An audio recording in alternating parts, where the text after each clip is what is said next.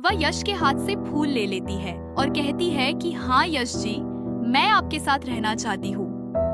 यह सुनते ही समीर के पैरों तले जमीन खिसक जाती है।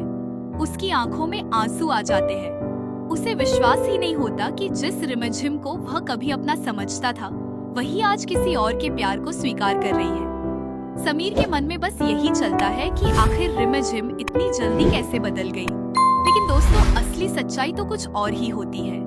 रिमझिम यह सब समीर को दिखाने के लिए कर रही होती है। वह चाहती है कि समीर को यह एहसास हो जाए कि अब वह अपनी जिंदगी में आगे बढ़ चुकी है। शायद समीर उसे देखकर खुद पीछे हट जाए और अपनी जिंदगी में खुश रहना सीख ले।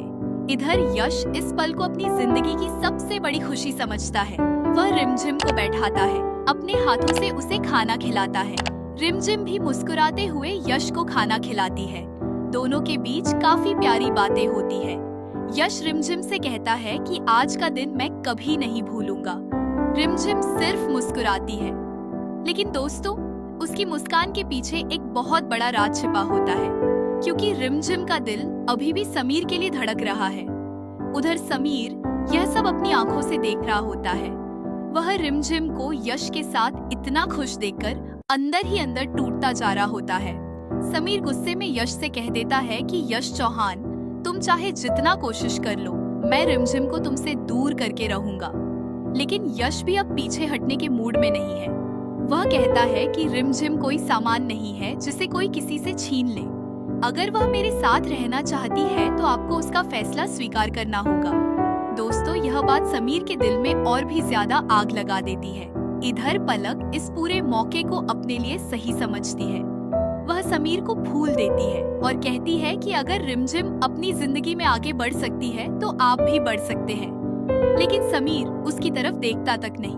वह कहता है कि पलक, अभी मैं सिर्फ रिमझिम के बारे में सोच रहा हूँ। यह सुनकर पलक को बहुत बुरा लगता है, लेकिन वह हार मानने वाली नहीं है। दूसरी तरफ यश रिमझिम के लिए एक रोमांटिक गाना गाता है। यह वही जगह होती है जहाँ कभी वह अपनी बरखा के साथ आया करता था। यश कुछ पल के लिए पुरानी यादों में खो जाता है। वह रिमझिम से कहता है कि कभी मुझे लगता था कि मेरी जिंदगी की सबसे खूबसूरत कहानी खत्म हो चुकी है, लेकिन जब से आप मेरी जिंदगी में आई है, मुझे फिर से जीने की वजह मिली है। रिमझिम उसकी बातें सुनकर भावुक हो जाती है, लेकिन तभी दोस्तों समीर वहां से चला जाता है। जैसे ही रिमझिम की नजर पड़ती है कि समीर वहां नहीं है, उसके चेहरे की मुस्कान अचानक गायब हो जाती है। वह यश से कहती है कि मुझे आपसे एक जरूरी बात कहनी है।